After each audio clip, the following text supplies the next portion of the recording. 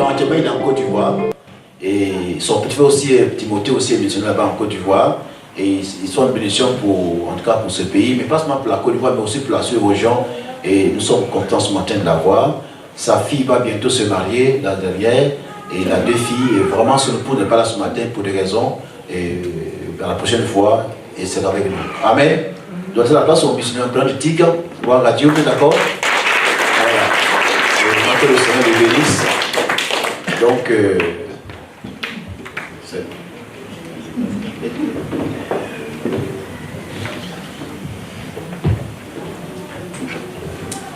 Alléluia.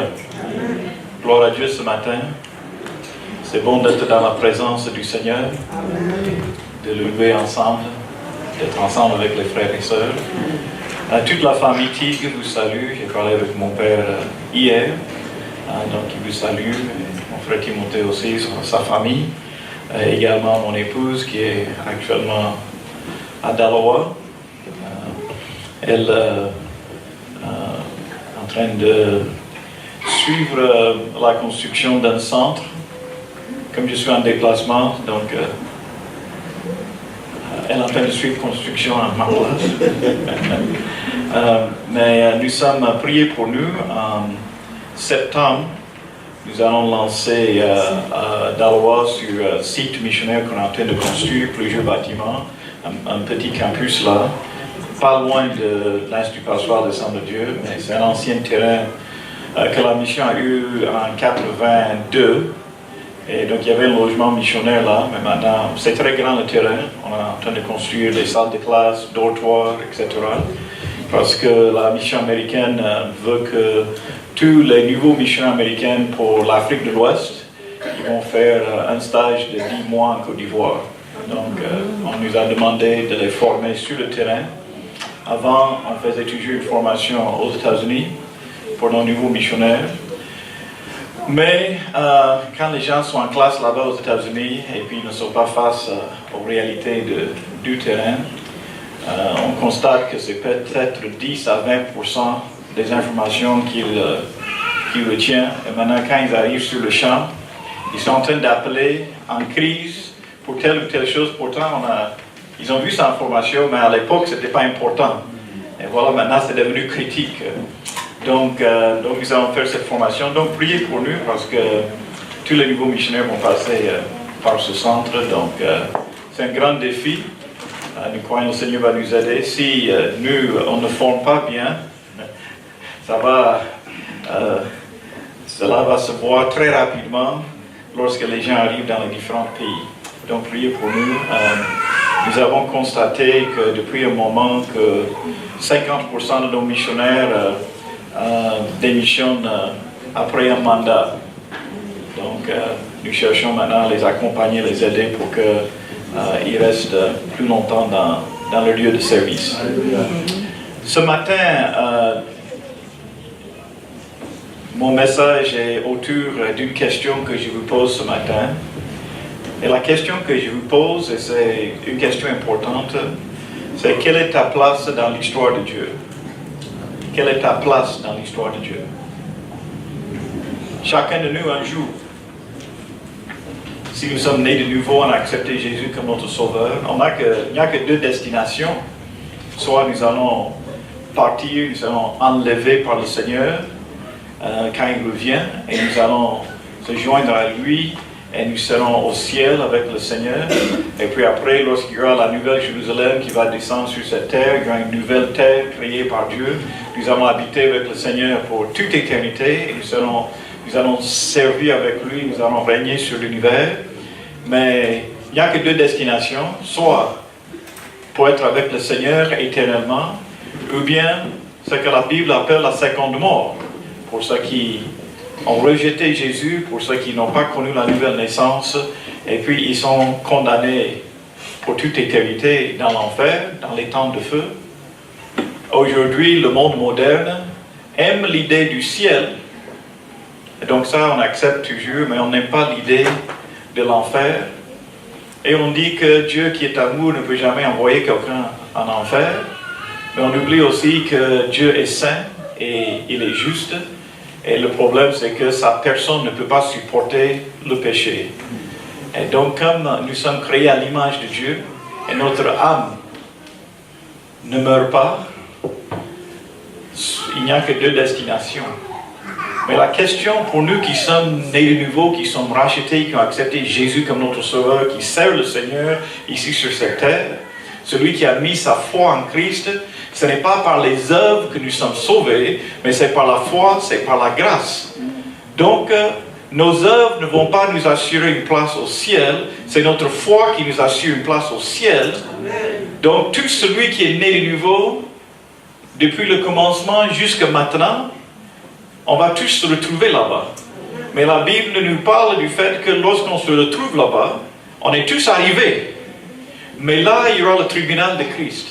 Ce tribunal n'est pas pour décider qui entre, qui n'entre pas. Non, parce que par la foi en Christ, nous sommes tous là. Mais c'est là où le serviteur rend compte à son maître pour le service qu'il a effectué. Et c'est là on voit quelle était la place de chacun dans l'histoire de Dieu. Parce que selon Actes chapitre 17, verset 26, Dieu est souverain, rien n'est au hasard.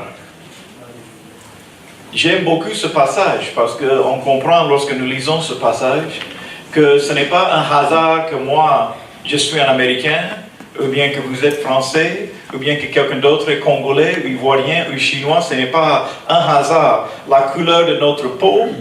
Ce n'est pas un hasard que je n'ai pas de cheveux. Ce n'est pas un hasard que tu as des cheveux. C'est pas difficile pour le Seigneur de compter le nombre de cheveux sur ma tête, mais pour certains c'est plus difficile. Mais tout cela, ce n'est pas un hasard. Parce que le Seigneur dit que Dieu, il a fait que tous les hommes, sortis d'un seul sang, habitassent sur toute la surface de la terre, ayant déterminé la durée des temps et les bornes de leur demeure. C'était déterminé par Dieu. C'était déterminé par Dieu que vous et moi, que nous sommes vivants en 2018. Pourquoi est-ce qu'on n'est pas né en 1900 ou en 1000 ou en 1200? C'est-à-dire le fait que nous vivons dans cette époque, ce n'est pas un hasard. Cela veut dire que Dieu a placé vous et moi ici stratégiquement, en ce moment, en ce temps. Il savait le moment et le temps dans lequel on allait vivre. Il savait aussi les bornes de notre habitation, c'est-à-dire c'est lui qui a décidé les lieux, et ce n'est pas pour rien.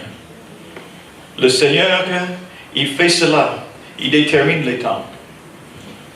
La Bible nous dit que lorsqu'on voit que Dieu nous a placés dans cette œuvre pour cette époque, on a des exemples de la Bible qui nous montrent le fait que ce n'est pas un hasard. Le prophète Jérémie, le Seigneur a dit à Jérémie qu'avant qu'il soit même formé dans le ventre de sa mère, il avait choisi comme prophète des nations. Lorsque Dieu regardait Jérémie, il voyait un prophète. Alléluia. Néhémie, que le Seigneur a utilisé pour rebâtir. Il n'a jamais imaginé que Dieu allait l'utiliser dans ce sens. Il priait pour son pays. Il priait pour la reconstruction. Maintenant, après, il a compris que Dieu l'a placé souverainement dans un endroit, dans une position où lui-même, il peut répondre à son besoin. Lorsqu'on voit la vie de Joseph, lorsque Joseph a eu des visions, des rêves, maintenant, un petit conseil pour nous qui sommes là, il faut qu'on apprenne de certaines choses dans la Bible.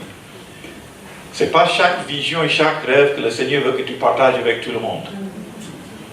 Il y a des fois même que le Seigneur peut te donner une vision qui concerne une autre personne. Le fait que le Seigneur t'a révélé quelque chose ne veut pas dire que tu dois courir directement chez ton frère pour exposer ce que le Seigneur t'a montré. Le Seigneur peut te montrer cette vision pour que tu pries pour lui et pour que tu sois là pour l'encourager et être un appui pour lui dans cette vision. Joseph, il a eu cette vision où ses grands frères sont en train de se prosterner devant lui. Et puis il était vite pour partager cette vision. Cela l'a mené dans beaucoup de problèmes. Ça n'a pas gâté le plan de Dieu pour sa vie, mais, moi, je ne sais pas, mais c'est possible s'il n'avait pas partagé avec ses frères, je crois qu'il allait toujours arriver pour être le premier ministre d'Égypte, mais c'est possible qu'il n'allait pas passer par les mêmes épreuves pour arriver là-bas. Mais comme il a partagé, il a énervé ses frères, voilà, il est vendu en esclavage, ses frères l'ont détesté. Pourtant, Dieu était en train de montrer à Joseph une réalité. Dieu qui détermine les temps et les bornes.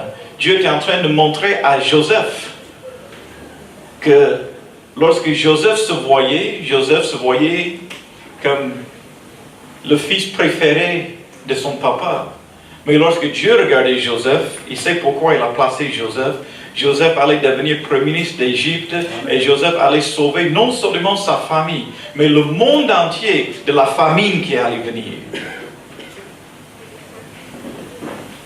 La reine Esther, que Dieu a élevée pour être la reine de Perse, la reine de ce grand empire, en Esther chapitre 4, verset 14, son oncle a compris pourquoi une fille juive en exil peut être choisie pour être la reine de l'empire. Et il dit à Esther, en Esther 4, 14, « Et qui sait si ce n'est pas pour un temps comme celui-ci que tu es parvenu à la royauté. » Alléluia. Ce n'est pas un hasard qu'elle est là. Ce n'est pas pour rien que le Seigneur l'a élevée, mais le Seigneur avait un plan spécifique.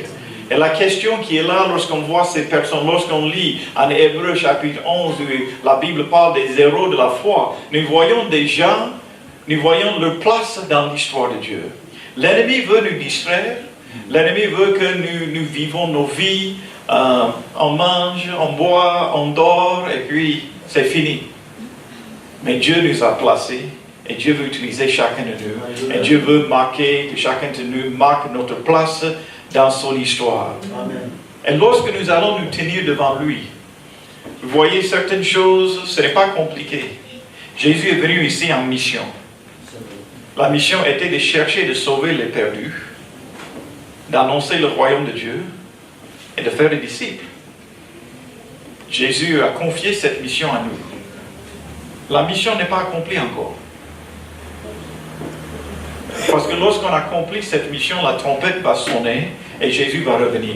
Donc si nous sommes toujours là sur cette terre, toujours en train de lutter, c'est que la mission n'est pas accomplie encore. Et donc lorsque nous serons évalués un jour par rapport à notre place dans l'histoire de Dieu, lorsque Dieu va nous évaluer, vous et moi un jour, lorsque nous allons nous tenir devant lui, le Seigneur ne sera pas trop concerné par la marque de voiture que tu as conduite, ou la marque de chaussures que tu as portée. Je sais que c'est très important pour la jeunesse, certaines choses, mais devant le Seigneur, ce n'est pas ça qui sera plus important. Quelle sorte de maison que tu as habité, même quelle sorte de métier ou travail que tu as exercé. Parce que la vérité, c'est que la Bible dit, même si je travaille pour une société, ou là où j'exerce mes fonctions, en réalité, je ne travaille pas pour cette société, je travaille pour Dieu. Amen. Et la question qui est là lorsqu'on est devant lui, c'est est-ce qu'on a travaillé pour lui, est-ce qu'on a utilisé nos talents et nos ressources pour accomplir sa mission, la mission de gagner des âmes et de former des disciples. Comment est-ce que nous, on a joué notre rôle, notre place dans l'histoire de Dieu? La grande question qui va être posée à beaucoup de nous lorsqu'on arrive là-bas, c'est qui est-ce que tu as gagné pour le Seigneur? Il y a des chrétiens qui vont arriver au ciel qui n'ont pas témoigné, n'ont pas invité les gens à suivre Jésus, n'ont pas invité les gens à venir à l'église. Il y a des chrétiens qui vont arriver là-bas. Ils ont prié beaucoup que le Seigneur les bénisse, que le Seigneur les aide matériellement.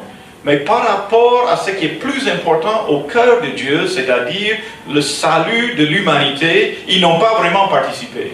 Ils sont sauvés, pas par les œuvres, mais par leur foi en Christ. Mais arrivé ce jour-là, lorsqu'ils seront évalués en tant que serviteurs, la question fondamentale qui sera là, combien de personnes sont au ciel parce que tu as vécu tel nombre d'années sur la terre?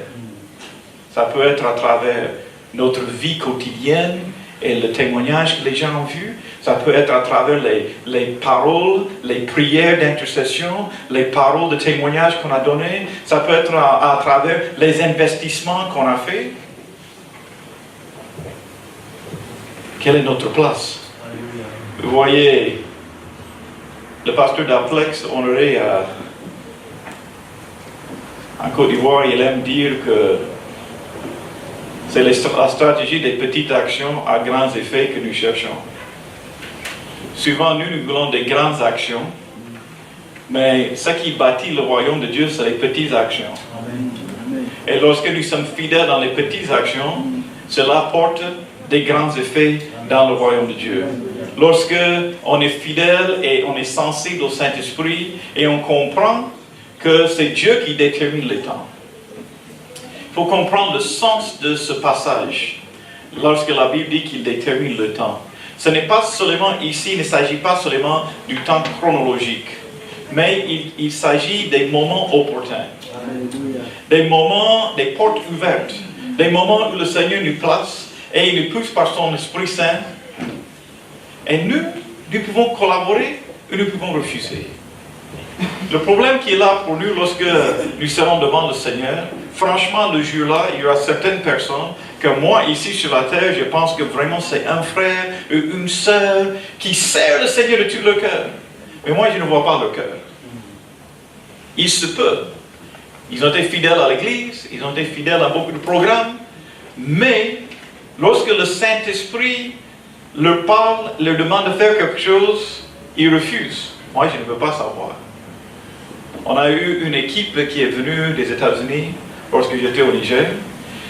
Et il y avait une femme, elle avait prié pour le Niger pendant plus de 30 ans, que Dieu ouvre les portes pour que l'Évangile soit prêché là-bas. Elle était dans la joie en 1990, quand les choses ont changé au pays, et puis ils ont fait une nouvelle constitution, et ils ont donné la liberté de religion, ils ont changé la constitution pour dire que tout Nigérien à l'âge de 18 ans peut choisir sa foi. Lorsqu'ils ont fait cela a ouvert la porte pour que la mission entre là-bas, et l'État même les a encouragés de prêcher. Seulement, ils ont dit qu'il faut prêcher à vos propres risques, quoi. Il n'y a pas de protection. Mais on m'a donné une autorisation, tu peux prêcher n'importe où dans le pays du Niger. Bon, si les gens s'énervent pour te tuer, ça, tu prêches, tu es libre pour prêcher, mais il ne faut pas s'attendre que si ça chauffe, que nous, on va venir à ton secours. Donc, on a prêché avec le Saint-Esprit, les anges en train de nous aider, mais il n'y avait pas les autorités qui étaient derrière. Mais cette femme qui a prié pour toutes ces années, voilà, elle était très vieille, elle avait presque 80 ans, et voilà, son église envoie une équipe, et on était en train de construire l'école biblique dans la ville de Maradi. Et donc, elle, son pasteur a dit à elle, toi qui as prié pour toutes ces années, et Dieu a ouvert la porte, et maintenant on est même en train de construire une école biblique pour former des pasteurs, l'église va acheter un billet d'avion aller-retour pour toi, pour que tu vas là-bas, tu vois l'exaucement de vos prières. Parce que tu vois une femme comme celle-ci, elle, les hommes ne vont pas la considérer, mais Dieu, il voit l'effet de toutes ces prières pendant 30 ans qui ont ouvert un pays. Il y a une dame plus jeune, bon j'ai dit jeune, mais elle avait 40 et quelques ans, mais par rapport à 80 ans, elle était jeune. Elle a voulu accompagner la maman. Elle travaillait comme à l'église, mais elle a voulu accompagner la maman pour qu'il y a des problèmes, elle serait là pour l'aider. Et puis le reste c'était une équipe d'hommes qui venaient pour faire la construction. Donc, la femme qui était plus jeune, elle servait de l'eau aux gens, il fait très chaud là-bas. Chaque 30 minutes, on est en train de boire là-bas pour ne pas être déshydraté quand on travaille. Et puis la maman, elle venait sur le terrain, elle marche et prie. Elle prie. Voilà, après quelques jours, on était dans une réunion. Et le pasteur était en train de remercier chaque membre de l'équipe qui est venu souffrir dans le soleil là-bas du Niger. Il faisait 47 degrés, on est là-bas en train de travailler. Il est en train de remercier tout le monde qui est en train de souffrir dans cette chaleur. Et puis il vient sur la sœur qui avait accompagné la maman. Et puis il a dit à nous que dans son assemblée, parmi tous ses membres, que c'est elle et son mari qui contribuent le plus. C'est eux qui donnent plus que toutes les autres familles pour la mission. Que le Seigneur les a bénis dans leurs affaires, dans leur société, et il soutient. Bon, la sœur, elle a commencé à pleurer. Donc, nous, on a pensé qu'elle était un peu dans l'embarras. Et puis, elle a dit au pasteur, cessez de parler de moi. Il dit non, non, que vraiment, il voit la fidélité, il veut remercier. Elle dit non, je ne suis pas aussi fidèle que tu penses. Là, il est un peu surpris. Elle dit, quand j'étais jeune, le Seigneur a touché mon cœur pour que moi je parte en mission comme missionnaire. Et moi, je n'ai pas voulu quitter mon pays, quitter ma famille. Je n'ai pas voulu aller loin. J'ai refusé l'appel du Seigneur parce que moi, j'ai voulu une vie aisée. Et j'ai épousé un homme riche et j'ai eu la vie aisée que je cherchais. Mais elle a dit chaque fois à l'église, comme un missionnaire vient de passage et il prêche sur la mission, le Saint-Esprit me pique encore. Et elle dit pour calmer, soulager ma conscience, je fais une offrande pour apaiser l'affaire. Mais elle a dit, maintenant je suis venu accompagner la maman. Et je suis en train de voir toutes ces âmes que le Seigneur est en train de sauver. Et je comprends les bénédictions que moi j'ai ratées. Parce que le Seigneur a voulu que moi-même, je me donne à son œuvre. Alléluia.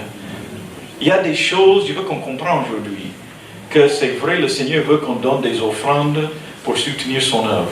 Et quand tu soutiens un pasteur, un missionnaire, un évangéliste, tu soutiens un effort d'évangélisation de l'Église. Et cela touche des âmes. Vous avez votre récompense en cela. Mais il y a aussi dans le service de Dieu, parce que nous nous sommes placés ici stratégiquement, Amen. Comme des Joseph, comme les Néhémie, comme les Esther, le Seigneur nous place. Il y a des personnes et il y a des choses que Dieu a besoin de toi. Et c'est toi seul qui peux répondre à ce besoin. Et c'est pourquoi on doit être sensible au Saint-Esprit et on doit voir les occasions qui sont là et nous allons comprendre que Dieu, il nous donne des portes et on a besoin de prier, être sensible à cela pour comprendre que ce n'est pas par hasard qu'on est là. J'ai deux autres témoignages que je veux partager avec vous ce matin. Il y avait un homme palestinien qui cherchait la vérité sur Dieu. Il a rangé dans sa société, il a pu avoir un voyage sur les États-Unis. Il est venu dans ma ville de Dallas. Et arrivé là-bas, lui, il veut qu'un chrétien s'approche de lui. Mais si tu vois, j'ai rencontré cet homme, si tu vois cet homme, façon qu'il... sa barbe, son image, tout cela, quand tu le vois, c'est-à-dire, si tu vas aller donner le profil de l'image d'un terroriste, c'est lui, quand tu le vois. Et puis, il a toujours la mine très serrée, il est très intense, donc quand les gens le voient là, ils ont peur, quoi. Donc lui, il arrive, il veut que les gens s'approchent de lui, mais de façon qu'il regarde sur le monde, les gens l'évitent, quoi. Donc il est là 3 mois dans la ville de Dallas. Dans la ville de Dallas, nous avons 400 églises assemblées de Dieu. Dans la ville de Dallas. 3 mois, avec 400 églises, il a entouré d'églises. Personne s'est approché de lui. Personne n'a parlé de Jésus. Personne ne l'a invité à l'église. Pourtant, lui de son pays, il a eu l'affectation pour arriver là-bas, pas à cause du travail, parce qu'il cherchait la vérité. Il avait des doutes sur sa religion et il cherchait la vérité, mais il veut que quelqu'un s'approche de lui. Donc un jour, il est si désespéré qu'il prie à Jésus, pourtant il ne connaît pas Jésus, il a entendu le nom seulement. Mais il dit, Jésus, si tu es réel, si tu es vivant comme les gens disent, lundi, je vais aller à l'église. Il y avait une grande église Assemblée de Dieu qui était sur la voie que lui traversait chaque fois. Il dit, je vais aller à l'église Assemblée de Dieu. Il ne savait pas que c'est l'Assemblée, il a vu seulement c'est une grande église. Je vais aller à cette église que je dépasse. Je vais garer lundi pendant ma pause de midi. Et je vais entrer par la porte. Si, quand j'arrive à la porte où je gare, la porte est fermée, je retourne à ma voiture et puis c'est fini. Mais si tu es vivant, la porte que je touche là, elle sera ouverte Et Jésus, si tu es vivant, tu vas placer un de tes agents là-bas pour répondre à mes questions. Ça, c'est sa prière. Hein? Il n'est pas chrétien. Mais il a des questions qui pèsent sur lui, il cherche les réponses. Voilà, la vérité, c'est ce que lui, il avait dit au Seigneur dans la prière, c'est presque impossible. Aux États-Unis, les lundis, c'est le jour de repos des pasteurs. Donc, c'est presque 100% sûr que le lundi à midi, quand il va arriver là, il ne va pas trouver un pasteur. Ça, c'est un. 2, il va pendant sa pause de midi, mais le secrétaire de l'église aussi prend sa pause de midi. Donc, il va à une heure où, normalement, tout est fermé. Et puis, c'était une grande église avec au moins 10 entrées. Et le parking est tout autour. Et maintenant, il a dit, là où il gare, donc, c'est pas sûr qu'il va garer même devant le bureau. Mais il a posé toutes ces choses devant le Seigneur. Lui ne sait pas nos habitudes. Maintenant, il arrive, et lorsqu'il arrive à midi, comme il n'a jamais dans sa vie mis pied dans une église, il n'arrive pas à sortir de sa voiture, et puis il est en train de conduire sa voiture dans les rues autour de l'église. Chaque fois quand il veut entrer, il contourne encore 30 minutes. Il est en train de cercler, de conduire. Finalement, il décide, ok, parce que l'heure est presque partie, je vais faire. Il gare, il sort, et la première porte qu'il touche, qui n'était pas une entrée principale, la porte est ouverte. Alléluia. Il rentre dedans. Voilà un monsieur qui est là avec les bras croisés, l'autre côté de la porte qui l'attend. Donc il voit ce monsieur, le monsieur le regarde, et le monsieur dit, tu es en retard. Il dit, pardon? Il a dit, tu es en retard. Il a dit, tu as donné rendez-vous de midi à Jésus et il fait maintenant 12h30. Tu es en retard. Bon, il est étonné. Il dit, comment est-ce que tu es au courant de mon rendez-vous? Il a dit, mais tu as prié et tu as dit à Jésus, s'il est vivant, que tu vas venir ici à midi. Et tu l'as demandé de placer un agent ici. Je suis l'agent qui l'a placé ici.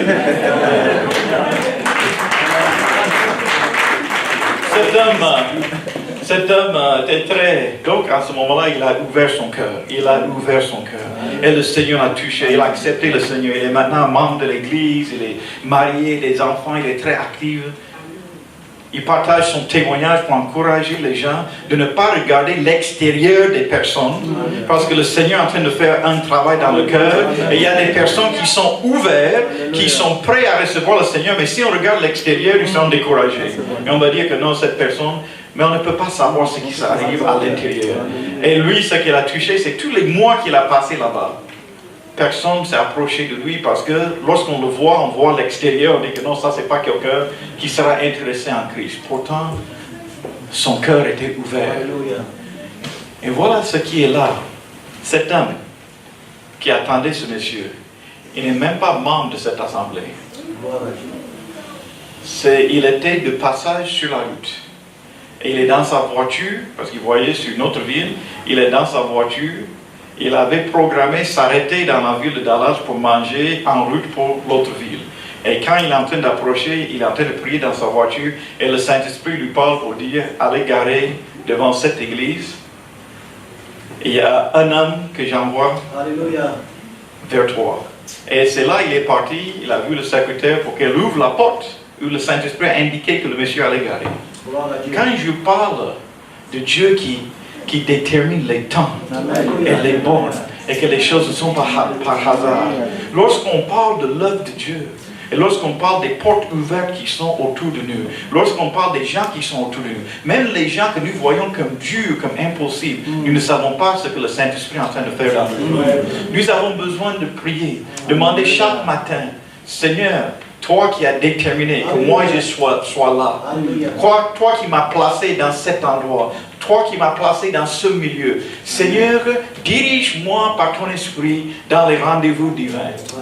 Les personnes, Seigneur, que tu mets sur mon chemin, soit au supermarché, soit dans le bus, soit dans le train, soit dans mon service, soit dans l'école, là où je suis, Seigneur, là où j'ai l'habitude de passer, mettez des gens sur mon chemin que, Seigneur, tu veux que moi je sois une personne clé pour les amener à toi. Peut-être tu es là ce matin et tu dis, mais même si le Seigneur m'avait parlé, si j'étais à la place de l'autre, le Seigneur m'avait parlé de m'arrêter à attendre ce monsieur moi, je ne serais pas capable de répondre à toutes ces questions. Le Seigneur ne demande pas que tu sois un théologien. Amen. Le Seigneur va mettre sur ton chemin des personnes qui ont des expériences semblables à toi. Et ce que le Seigneur cherche, c'est des témoins vivants. Amen. Pour que simplement je dise à l'autre personne ce que Jésus a fait pour moi et ce que Jésus continue à faire pour moi. Parce que les personnes, si Dieu t'a placé stratégiquement, il connaît ta personne, il connaît ta personnalité, il sait tes capacités et il sait aussi les expériences que tu as eues. Et il va placer quelqu'un sur ton chemin si tu es sensible à son esprit, qui est en train de traverser certaines mêmes choses que toi tu as déjà traversées. Pourtant, toi tu as la réponse maintenant. Que Dieu nous aide à être sensible à l'Esprit de Dieu. Il y a des choses que notre monde ne comprend pas. Notre monde va voir la guerre en Syrie, et puis on parle de tous les problèmes d'immigration, des problèmes de sécurité, etc. Mais la vérité, c'est que lorsque ces choses arrivent, des pays qui étaient fermés depuis des siècles, les personnes maintenant sont ouvertes à l'Évangile. Nous ne pouvons pas voir les choses de la même manière. Nous allons voir des choses que le monde va dire, ça c'est un cas social, ou ça c'est un cas impossible. On ne sait, et l'État même ne sait pas quoi faire avec ces gens. Mais Jésus sait ce qu'il faut faire. Alléluia. La personne que l'État va dire n'a pas d'avenir, nous on ne sait pas. Peut-être c'est un Néhémie, ou peut-être c'est un Joseph, ou peut-être c'est un Esther qui est là. Le Seigneur le sait. Alléluia. Il y avait une dame dans ma ville à Dallas. Son mari avait un travail, on va dire, ordinaire. Elle aussi, vraiment, elle avait un cœur pour les choses de Dieu. Mais vraiment, la famille n'avait pas beaucoup de moyens.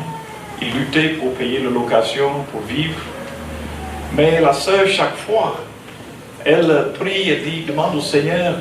Elle dit, Seigneur, moi je veux que ma vie ait un impact pour ton œuvre dans ce monde. Et donc, elle priait chaque fois, Seigneur, je vois d'autres personnes, je lis dans la Bible, des noms qui sont là, les personnes qui ont marqué leur place dans l'histoire, dans ton histoire, Dieu. Elle dit, moi je veux aussi marquer ma place. Et donc, elle priait, et elle parlait souvent avec son mari. Son mari dit, bon, tu n'es pas parti loin, tu n'es pas parti loin à l'école. Si on fait évaluation de ses talents, de ses capacités, ce qu'elle sait faire, c'est la cuisine. Mais elle n'a pas un travail comme ça, comme chef quelque part, mais elle sait bien faire la cuisine. Donc son mari qui voit comme elle veut vraiment servir le Seigneur avec ses talents, mais pourtant son talent c'est la cuisine. Donc il a dit à elle, dans leur vie là, lui il va voir avec certains amis, il va emprunter de l'argent et puis ils vont ouvrir un petit kiosque où elle peut faire un petit restaurant là. Et puis après qu'elle paye toutes les dépenses, si, avec le profit là, maintenant elle peut utiliser ce profit pour investir dans l'œuvre de Dieu si elle veut. Elle était très contente. Donc ils ont fait l'investissement. Voilà le problème qu'il a. Voilà le premier mois qui passe. Au lieu d'avoir un profit, il y a un déficit. Ça ne tourne pas, les gens viennent, mais la clientèle, ça ne tourne pas comme ça. Et donc, son mari dit à elle, ça ne marche pas. Donc, si ça continue comme ça, ils sont obligés de fermer. Et puis maintenant, on va avoir une dette à rembourser. Donc maintenant, notre situation est pire qu'avant. Elle était très triste. Mais elle a commencé à prier. Elle a dit, Seigneur, c'est toi qui es le Dieu des temps. C'est toi qui m'as placé, c'est toi qui m'as donné ce talent. Donc, elle a demandé au Saint-Esprit de le guider dans ce qu'elle doit faire pour que ce restaurant ait du succès. Pendant qu'elle est dans la prière, le Seigneur lui donne une recette. Une recette. Une seule. Je ne sais pas, on appelle ça en anglais pretzel. Les pretzels, c'est les biscuits là, en forme de wheat, quoi. Hein? Donc, le Seigneur lui donne une recette pour la pâte pour faire ces pretzels. Et donc, pas d'autre chose. Il dit à son mari, bon, elle a dit, Tout le reste du menu là, on enlève. Kiosque là sera kiosque des bretzels. Son mari dit, mais une seule chose, c'est la seule chose que tu vas vendre. Déjà, on est en faillite et puis c'est une seule chose. Tu penses que le petit gâteau là, ça va faire l'affaire. Elle dit, bon, c'est le Seigneur qui a donné une recette. Dans la prière, la recette est venue. Et donc, elle va faire la pâte selon cette recette et va commencer à faire cela. Donc, elle a dit, ok, mais elle a dit, un mois, si à la fin de ce mois-là, il n'y a pas un profit, là, on ferme, parce que je ne peux plus supporter. Donc, elle a suivi la recette que le Saint-Esprit l'a donnée. Maintenant, les gens viennent au kiosque et ils achètent, ils sont de passage, et c'est des choses qu'on prend à la main comme ça. Et puis, elle voit les gens, quand ils quittent le kiosque et ils mangent, ils s'arrêtent. Ils s'arrêtent. Et puis après, ils tournent, ils regardent le kiosque. Et puis, ils continuent à manger en marchant. Et puis, ils voient le lendemain que voilà, les clients ont augmenté. Chacun qui prend, quand il quitte là, il goûte et puis il s'arrête. Et puis il parle à son voisin. Et puis elle voit les têtes en train de se secouer et puis les gens sont en train de manger. Maintenant, la nouvelle commence à sortir dans la ville qu'il y a un kiosque là-bas qui a les meilleurs pretzels qu'on n'a jamais goûté dans le monde, dans la vie. Et là, les gens viennent, ils sont alignés. Toute la journée, les gens sont alignés parce qu'ils veulent goûter à cela. Donc voilà, les profits ont commencé. Maintenant, il y avait un monsieur qui était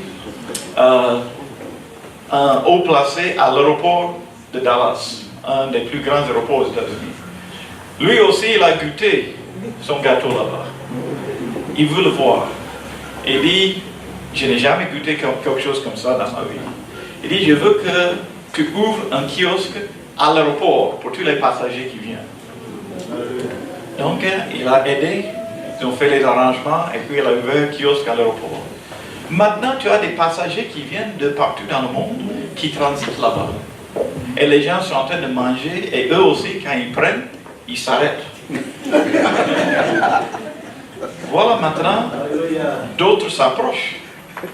L'aéroport d'Atlanta, l'aéroport de Chicago, l'aéroport de Los Angeles. On veut qu'elle ouvre des annexes chez eux. Présentement, si tu arrives aux États-Unis dans un de nos aéroports, tu vas voir qu'il y a ces kiosques qui vendent les pretzels là, qui s'appellent Anti-Anne. Anti-Anne. Quand moi j'arrive au pays là, ma femme exige qu'on arrête là-bas avant de continuer. Une sœur assemblée de Dieu, que le Saint-Esprit a donné une recette, elle est devenue millionnaire à travers cela. Elle a payé des terrains, elle a acheté des églises, elle a aidé à construire des écoles bibliques, elle a fait beaucoup de choses aux États-Unis et partout dans le monde à la base d'une recette qu'elle a reçue du Saint-Esprit parce qu'elle voulait laisser sa marque dans l'histoire de Dieu. Elle voulait utiliser ses talents pour avoir un impact pour le salut des âmes et pour la formation des disciples. Je vous encourage aujourd'hui parce qu'on n'est pas là par hasard. Dieu nous connaît. Il ne faut pas se minimiser. Il ne faut pas minimiser ce que le Seigneur peut faire. La stratégie des petites actions avec grands effets. Lorsqu'on suit le Seigneur et lorsqu'on se met à lui et on comprend que je ne suis pas là par hasard et le Seigneur veut m'utiliser stratégiquement là où il m'a placé. Là, on va chercher des moments opportuns. On va prier, demander au Seigneur, aide-moi. Mon frère Kent, qui est le deuxième frère dans la famille que vous ne connaissez pas, lui, il est professeur de médecine à l'université d'Oklahoma. Il est aussi chercheur scientifique. Il a son doctorat en immunologie. Il y a des fois que il y a des choses que moi et Timothée même, ça nous dépasse quoi. Parce que mon frère, si il a lu un livre 2 fois, ça reste. Quand j'étais à l'université, une fois j'avais un problème avec, j'étais en train de faire maths physique, j'avais un problème et j'ai appelé à lui parce qu'il a toujours été très fort dans ce domaine. Et puis il me demande, il a dit, c'est quel manuel de texte tu es en train d'utiliser à l'université? Il a dit, c'est quelle édition? J'ai donné l'édition. Et puis après quelques secondes, il a dit, bon, la réponse que tu cherches pour ce problème, c'est sur page 320, paragraphe 3. Moi, je pense que il se moque de moi. Mais comme le livre est devant moi, je vais sur la page, paragraphe, voilà la réponse. J'entends beaucoup de bruit derrière lui. Je dis, tu es où? Il a dit, non, qu'il est à un match de football. J'ai dit, donc toi, j'ai dit, mais donc tu n'as pas une copie du livre devant toi? Il dit, non, je suis à un match de football. J'ai dit, mais comment? Après, je le vois, il dit, mais comment est-ce que tu as fait cela? Il dit, non, il ne veut pas que les gens le traitent bizarrement, mais il a dit, si je lis quelque chose, je vois toujours le livre dans mon esprit. Donc il a dit, c'est comme si je tourne les pages. Mais voilà, un petit garçon qui a fait école à Douekoué, Daloa, Boaké, qui maintenant est chercheur scientifique, mais parce qu'il est là stratégiquement au service du Seigneur, il demande l'aide du Saint-Esprit dans ses recherches. Il a plus de 700 découvertes maintenant pour la recherche de cancer. Il est cité par d'autres chercheurs dans ce qu'eux sont en train de faire. Et aujourd'hui, il est considéré parmi les 10 premiers professeurs d'immunologie dans le monde. Quand ils font leur grande conférence de médecins, de professeurs, il est toujours un des orateurs. Comment est-ce qu'il est arrivé là-bas? C'est parce que le Saint-Esprit en train de l'aider dans les recherches, là où on peut gaspiller des années, des mois, des années sur des pistes dans la science qui n'apportent pas quelque chose, le Saint-Esprit l'aide à orienter ses énergies, ses ressources. Là, ils vont découvrir quelque chose qui va bénéficier de l'humanité. Je vous dis que le Seigneur nous place. Mon frère est là. La majorité des gens qui l'entourent ne croient même pas en Dieu. Maintenant, voilà quelqu'un avec son cerveau en train de témoigner à eux qu'il y a beaucoup de choses que la science ne peut pas expliquer. Je suis témoin oculaire de certaines choses. Et puis il explique à eux ce qu'il a vu Jésus faire. Alléluia. Dieu t'a placé là où tu es. Amen. Dieu veut utiliser tes talents, il veut utiliser tes ressources. Ce n'est pas seulement pour notre bénédiction personnelle, mais nous sommes ses serviteurs et ses servantes, et c'est lui qui est le maître. Prions le Seigneur et comprenons les temps de Dieu et savoir que Dieu il ouvre des opportunités pour nous. Il y a des personnes, le Seigneur veut que tu sois son agent pour le salut de cette personne. Ce n'est pas pour rien. Même si tu as des voisins qui te dérangent, ce n'est pas pour rien qu'ils sont tes voisins. Ce n'est pas pour rien que tu travailles avec qui tu travailles. Ce n'est pas pour rien que tu habites où tu habites. Le Seigneur veut t'utiliser pour que les âmes soient sauvées. Ce matin, je veux qu'on prie. Parce que, en réalité, ça ne fait pas de différence notre niveau d'intelligence, nos moyens financiers, notre position, toutes ces choses-là. Ce n'est pas ça qui est essentiel pour nous. Ce qui est essentiel pour nous, c'est d'être dirigé par le Saint-Esprit. Parce que le Saint-Esprit, il connaît le cœur. Et moi, je peux évangéliser tous les jours sans gagner une âme. Mais si c'est le Saint-Esprit qui a programmé le rendez-vous avec la personne, il y aura un résultat. C'est spirituel. Et nous avons besoin que le Saint-Esprit nous aide à ouvrir nos yeux spirituels pour que le jour qui est là devant nous, dans le quotidien, nous arrivons à voir avec les yeux spirituels les occasions que le Seigneur nous donne. Alléluia. Donc je vous invite aujourd'hui de vous lever avec moi et nous allons prier. Et je veux qu'on prie, on demande le Seigneur de nous aider, d'ouvrir nos esprits, d'ouvrir nos cœurs pour que nous soyons plus sensibles au Saint-Esprit, pour que nous comprenions davantage les occasions que le Seigneur nous donne chaque jour. Moi, je ne veux pas arriver un jour au ciel devant Jésus et le Seigneur me montre que chaque jour, j'ai raté des occasions. Que chaque jour, il y avait des rendez-vous que le Seigneur plaçait devant moi, mais moi, j'étais si préoccupé par les choses de ce monde que je n'ai même pas réalisé l'occasion qui était là. Je ne veux pas arriver et que le Seigneur me montre des occasions après des occasions ratées. Non, je vais arriver et je vais entendre le Seigneur me dire, bon et fidèle serviteur, tu as été dirigé par mon esprit, tu étais sensible, tes yeux étaient ouverts, tu étais en train de chercher des occasions et tu étais prêt, ouvert, disponible à mon esprit pour que je fixe des rendez-vous pour que les âmes soient sauvées. Des rendez-vous où tu peux inviter les gens à l'église. Des rendez-vous où tu peux partager ta foi. Des rendez-vous où tu peux prier pour quelqu'un. Des rendez-vous où tu peux encourager quelqu'un. Des rendez-vous où tu peux investir dans mon royaume. Ce matin, prions le Seigneur. Que le Seigneur ouvre nos yeux spirituels. Pour qu'on voit au-delà du naturel. Mais pour qu'on voit dans l'esprit notre contexte, notre situation et nos occasions.